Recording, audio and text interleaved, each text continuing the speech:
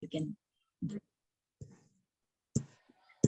So today, everybody in the world is celebrating some special day.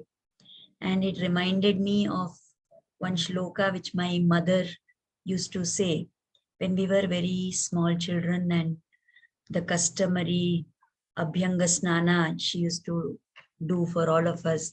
She would apply oil, especially on the festival days, on Deepavali day and on other festival days. So we had a practice at home where I am fortunate enough to have 5 sisters. So we are 6 daughters in the family. And my mother always used to start that ritual of having the Abhyanga Snana by applying oil.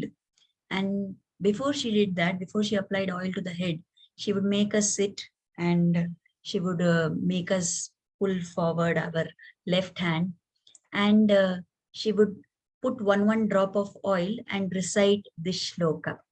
So that shloka went like this: Ahalya, Draupadi, Sita, Tara, Mandodari, Tatha, Panchakanyas smare nityam, Mahapataka nashanam. So this shloka tells the names of 5 very virtuous devis who are called as the Panchakanya, the 5 devis. So it is said, this shloka says that if you remember these devis every day, then it will wash away all your sins and whatever papas you have done. So who are these 5 ladies and what can we learn from them? That will be our topic of discussion for today.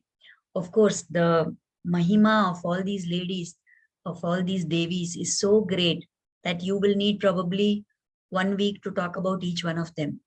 But today, very briefly, we will try to touch upon what are all the qualities, the most important ones that we can try and adopt from these Panchakanya. So the first Devi is Ahalya. I'm sorry, I made this presentation in a hurry, so I couldn't put up the pictures of the Devis we are talking about, but I think we all know about them. So we have already heard the stories of all these Devis. All of them are from the Ramayana, and only one, Draupadi, is from the Mahabharata. So we all know the story of Ahalya, how she got cheated by Indra. And as a result of getting, fooled in that manner, she was cursed by Gautama Rishi. Now, everybody says that it was not her fault. It was unfair of Rishi to curse her, and she didn't deserve that because she really didn't know what was happening and all that. But what was Ahalya's viewpoint about that shrap? It is told in the Tulsi Ramcharitmanas, it is said, Ahalya says, Muni shrap jo deena, ati bhalakina, parama anugraha mai mana. The shrapa which the Rishi gave to me, it was the best thing he could have done to me. He has done good to me by giving this shrapa. And I indeed think that it is a blessing that has been given to me. Why this bhava that Ahalya had? Because it was this curse that turned her into a stone. And the factor to redeem her from that curse was that you will have darshan of Lord Rama. He will come here, and by the touch of the dust of his holy feet, you will regain your form. So if not for this shapa, I would not have had the opportunity to have darshan of Lord Rama and to be blessed by him. That was the bhava of Ahalya. So what we can learn from this spirit of hers, or from this entire episode which happens to Ahalya, that something which appears like a curse from one side, often if we look at it, it will actually be a blessing. It is meant as an event, something wrong, something goes wrong, something happens against our wish. We must learn to see that what is there in this for me to learn. What can I, use this event for? What is the deeper meaning of this event? When we think like that, we will introspect, and then we will grow out of that experience. Even if it is a difficulty that has come in our way, we will grow by passing through that difficulty. So whatever we get, sukha, dukkha, good, bad, whatever happens, it is the phala of our own karma. So that spirit of acceptance should be there. Many times we end up blaming this person, that person, If this had happened like this, it would not have been there. If that had been this way, this would not have happened. We tend to blame other people.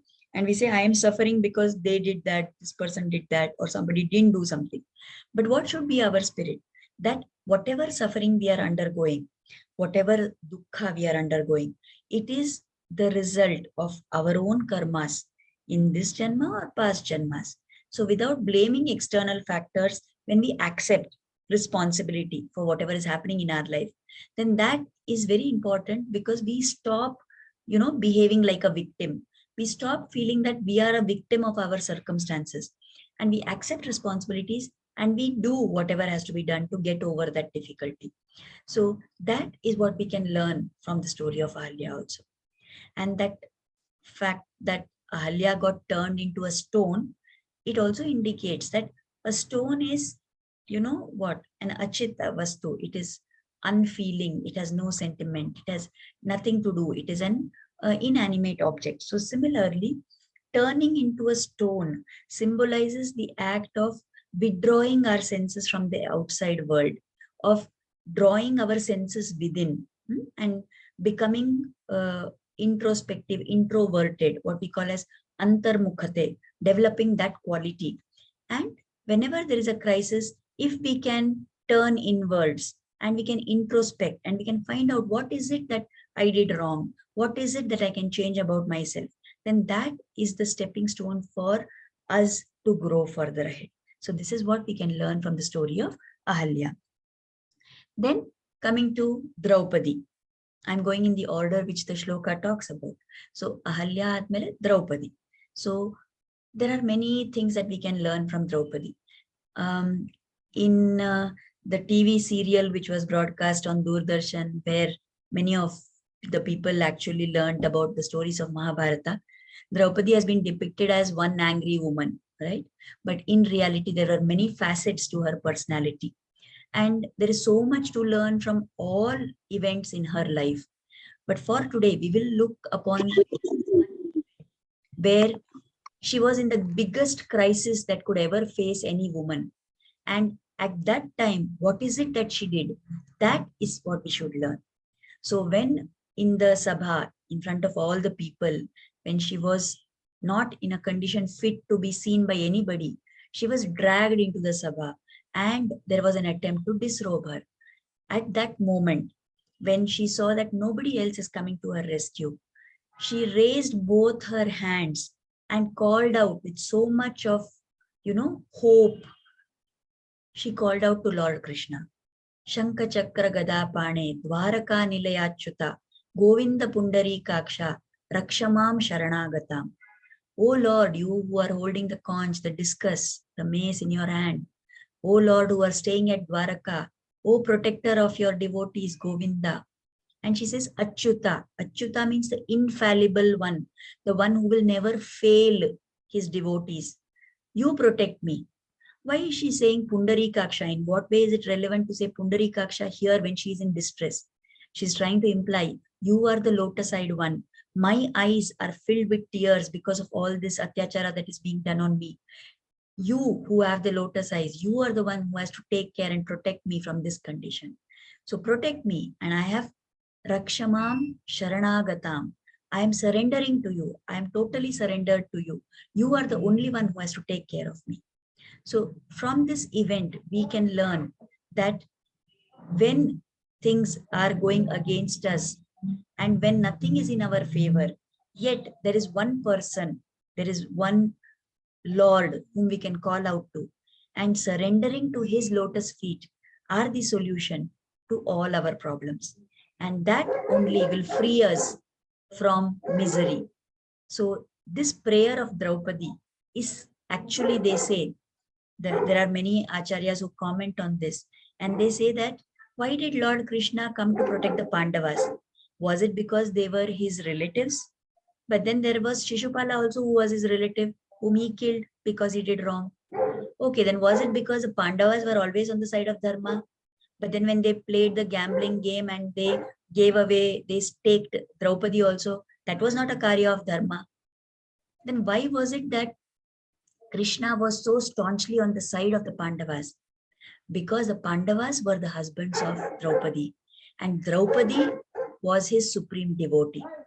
So somebody who has surrendered to him, he will do anything to protect that person. So that is the reason why Draupadi has such a high position in our Shastras. So this is the learning from Draupadi, that we need to surrender to God at times of crisis. What can be the next Devi? Sita. So what can we learn from Sita? Again, to talk about Sita, we will need one whole year probably. But what is the biggest thing that we can learn from her? There is the incident which is told where she was in the Ashokavana and Hanuman sees what is happening there. Ravana comes there trying to force her to, give in to his demands. And she says no. At that point, all the Rakshasis start torturing Sita. But there is Trijata, who is the daughter of Vibhishana. And she is the one who tells them that, oh Rakshasis, this Janaka's daughter from Mithila, she is the only one who can protect you against all the dangers. So you have to give in to her. You surrender to her and she will protect you. Because Trijata narrates the dream that she had seen, in which there was bad happening to Ravana and Rama was emerging victorious. So Trijata tells the Rakshasas about that dream and she says that you surrender to Sita and she is the only one who will protect you. And indeed, after the Yuddha was over, Hanuman came to give the good news to Sita. And that time he requests her permission. He says, I want your permission to kill these Rakshasas because they have tortured you all these months. At that time, Sita says, I will not let you do anything to them. Ravana was the king. He gave the order. They did as he said. So that is not their fault. I can never, ever agree to kill somebody, even if they have done wrong at that time, because it was because of the orders of Ravana. So this kind of compassion, this kind of karuna, this kind of feeling of kindness towards other people, even those who may seem to be against us, this is very important for women to cultivate in today's times. Many times there are situations where somebody does wrong to us. Our relatives may behave badly with us, whatever it may be. In such a situation, it is natural to feel, insulted or to feel that people have put us to trouble and to be angry with them. But it is the woman of the house who should have this spirit which Sita had. It is she who should have compassion and guide the rest of the family to go on the path of kindness and to not hold a grudge against other people. So this is what we can learn from Sita. Then there is a deeper meaning for the role of Sita in Ramayana. Sita is considered as the Jivatma. Rama is the Paramatma. And the Jivatma has got separated from the Paramatma and is imprisoned in this human body, which is akin to Lanka. So when Sita was taken away and kept in Lanka, it is like the Jivatma being caught up in the human body away from Rama. Now that Jivatma, which is in this human body, has to have union with the Paramatma. And how will that happen? The ring which Hanuman brought, that ring signifies the Brahma Jnana that Hanuman, the Guru, gives to the sadhaka. So this also we can learn from this episode of the Ramayana. Then there is another woman who is in our shloka, the Devi called Tara. So we've heard so much about Tara, how she advised Vali. She tried to tell him that, see, your brother, all these days he was in hiding. He didn't bother to come and ask you anything. Today he has come now to challenge you. There must be something. He must be having some support. And all her advice, Vali did not take. And finally, as a result of disregarding his wife's advice, he had to meet with his death, right? So at the time when Vali is killed, Tara comes there. She's in great anger and she's in full sorrow. So naturally, she will be angry against the person who killed her husband. So she came there to curse Rama, but she ended up praising him. This shloka is very famous. Tvam aprameyascha, durasadascha, jitendriyascha, uttama dharmikascha. See what all adjectives she is using to describe Rama. She says, you are incomparable. There is nobody like you. You have victory. You have gained victory over all your indriyas. You are the uttama dharmika. Akshaya kirtischa, your glory will never die down, right? So much she's saying about Rama and she's praising him. So how did this Tara, who was angry with Rama, end up praising him? Here, The quality of Tara, that grief and that sorrow, is symbolizing the Rajoguna which is there in us. And yet, when we go in the presence of the Lord, that Rajoguna gets destroyed. And that is when we become closer to the Lord. This is another reason why we must go to temples. We must go to holy places. We must be in the company of holy people. We must be in satsanga so that our Rajoguna goes away. That is the deeper meaning. At the superficial level also, like Tara, we must try and understand what are the shortcomings of people around us. When they are going wrong, when they are taking some wrong decision, we must understand, we must think, we must analyze, and we must use our wisdom, communicate very nicely and lovingly to try and convince our loved ones to come onto the right path. Like Tara, this is what we can learn from her. Then there is the example of Mandodari. So Mandodari was a very, she is one of the Pativratas, she is one of the Panchakanya. Always she would try and advise Ravana. And even at the time when he desired Sita and wanted to kidnap her and brought her, at every point of time, she tried to convince him that it is not the right thing to do. You should return her to Rama. But he never listened. And finally, the battle happened and Ravana was killed.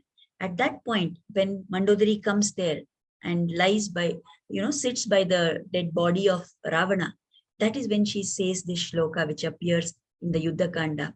She, she is mourning and she's,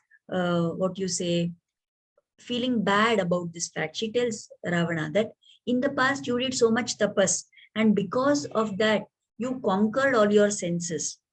And because you were Jitendriya at that time, you had conquered all your senses. So you could conquer the whole worlds, all the three worlds you could conquer at that time. But the minute you lost control over your senses, the minute you, lost your hold on yourself, then as if to avenge that enmity which the Indriyas had against you, they came and conquered you and they made you go down this wrong path. And that is what we have to understand from this episode, that the Indriyas are given to us so that we can use them to pray to God, so that we can use them in the service of the Lord. But if we fail to control the Indriyas and the Indriyas take over our Panchajnanendriya, Panchakarmendriya and the mind, all these 11 put together, they are supposed to be used in the worship of Lord. But instead of doing that, we start using them to enjoy in this world. So when we cross the limits, then at that point of time, losing control over your senses will take you on the path of destruction. So it is important to cultivate the habits which will help us to control the Indriyas. This is what we can learn from this shloka that Mandodari tells in the Ramayana. So these are all the different women, and we can learn from each and every one of them. Whatever it is possible for us to adopt, to whatever extent it may be, that much when we try to follow, we will definitely go further on this spiritual path. So that is the topic for today. In today's times, everybody talks about women empowerment, women equality, gender equality, right? So we even in my college, we had a poster making competition where students were encouraged to create posters on that theme of gender equality and all.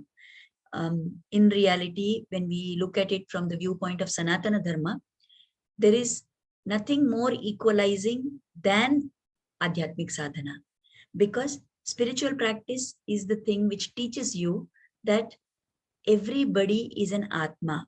Don't look at the body. Don't look at the physical composition of a person. Look at the Atma within. So when you look at the Atma has no color. The Atma has no shape. The Atma has no size. The Atma is not tall or short or fair or dark or man or woman, isn't it? Atma is the only reality. So when we learn to look at people as the Jivatma within them, when we learn to look with equality in that sense, then only we will be able to have equality in the real sense. Until then, talking about different genders and talking about equality for them, it will not fetch any results in the real world. You should be able to look at another individual, not in terms of their physical identity, but as being another Atma, which is also an Amsha of the Paramatma. So when we look at that spirit, then we will have equality in the real sense. So I hope and pray that God will help us to, get this mindset and learn how to live our life with that feeling that everybody is another Atma and we should cultivate love towards all of them. So I hope we will be able to do that by God's blessings. Now, Usha, are you there? Will you sing the bhajan for today? Okay. Yeah, okay. You're audible, Usha. You can start. Okay. He Ram, He Ram, He Ram, He Ram. जग में सचो तेरो नाम, हे राम, हे राम, हे राम, हे राम. तू ही माता, तू ही पिता है, तू ही माता, तू ही पिता है, तू ही माता, तू ही पिता है, तू ही तो है राधा का श्याम. हे राम, हे राम, हे राम, हे राम. तू अंतर्यामी सबका स्वामी, तू अंतर्यामी सबका स्वामी, तू अंतर्यामी सबका स्वामी. तेरे चरणों में चारों धाम. हे राम, हे राम, हे राम, हे राम. तू ही बिगाड़े, तू ही सवारे, तू ही बिगाड़े, तू ही सवारे, तू ही बिगाड़े, तू ही सवारे. इस जग के सारे काम. हे राम, हे राम, हे राम, हे राम. तू ही जगदाता विश्व विधाता, तू ही जगदाता विश्व विधाता, तू ही जगदाता विश्व विधाता. तू ही सुबह, तू ही शाम. हे राम, हे राम, हे राम, हे राम, हे राम, हे राम, हे राम, हे Ram. Thank you. Dhanyavada, Usha. Very melodious, very nicely sung. Although the bhajan was in Hindi, I think everybody would have understood the meaning of what it says, right? That Lord Rama is everything in this world. He is the Swami. He is Antaryami. Antaryami means he is within us also, and he is the master of the whole world. At his feet are all the dham. Dham means all the punya kshetras, all the tirtha kshetras. So even if we are not able to go here, go there, whatever it may be, if we put our attention on the holy feet of the Lord, then that is equal to visiting all the kshetras. So this is the spirit that we must try and cultivate within ourselves so that we are able to, purify our antakaran. We are able to go ahead on the spiritual path with a constant sense of gratitude for whatever God has given us so that we may move further ahead. So we have come to the end of our session for today. We will offer Kritagnyata, and then later if anybody has anything to add or any questions, we will take that up. So let us offer gratitude. Let us offer Kritagnyata at the lotus feet of Sri Krishna and Guru for inspiring us to start and to join this satsang. And let us pray for their blessings and grace to always be on us. Namaskar. So if anybody has anything to say, you are most welcome to unmute and talk.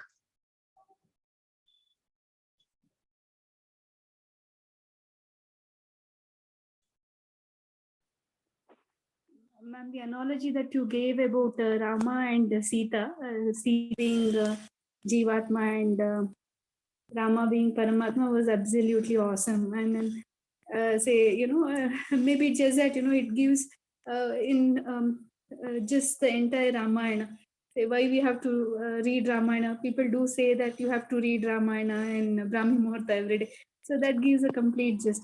That was excellent, ma'am. But in Bhagavad Gita, Krishna just makes a mention that say women of inferior birth, say people who are of inferior birth, they can also attain me, he says. Just, many a number of times when I'm reading Gita, I get perplexed. Why is it that Krishna says women are of inferior birth? Is it because they were barred from, say, Brahmagnana or reading Vedas during olden times that Krishna makes a mention? So in one of the shlokas in Bhagavad Gita, I just came across when I was reading that, say, in case if you follow these yogas, say from Karma Yoga to Bhakti Yoga, then Gnana Yoga, even women who are of inferior birth can attain me, he says. So it's just pondering as to why Krishna addresses women to be of inferior birth, ma'am. So is it because of that? Okay, I'm not really sure about which shloka you are referring to.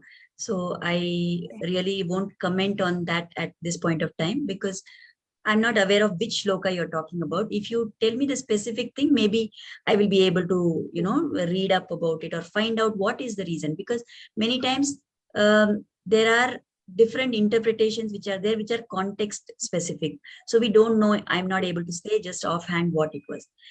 Regarding the first point that you said that the analogy was good, it is all Acharya's commentary. It is not my own. In our Sri Vaishnava Sampradaya, there are many Acharyas who have given this commentary. And that is why, since it was apt, I thought I will add it into our satsang for today. The Acharyas have commented upon this, that this is the learning.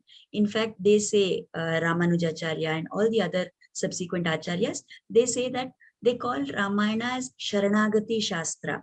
So Mahabharata, no doubt, is important and has a lot of lessons for us. But it is said that the Ramayana is the Shastra which actually gives us the practical lessons for how we must surrender to God.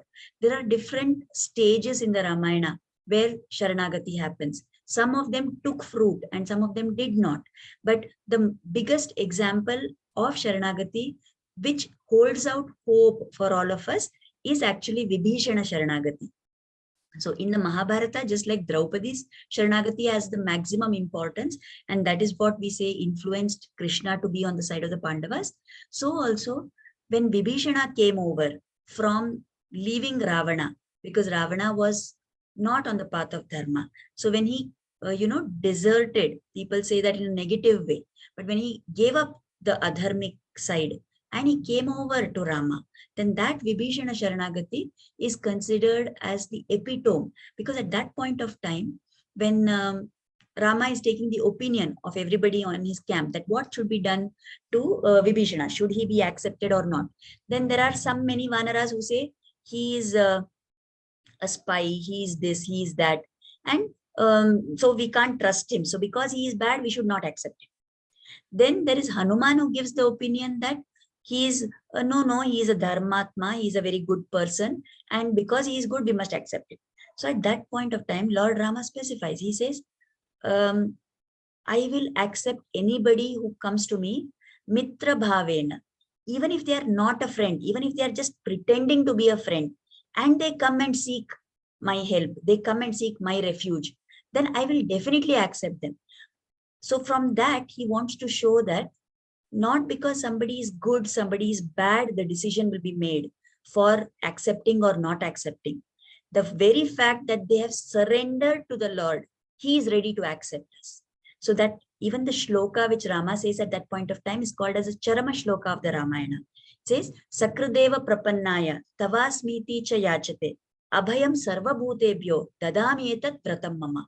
It is my vrata that Sakrad, one time, if somebody surrenders to me and says, I am yours, then that is enough.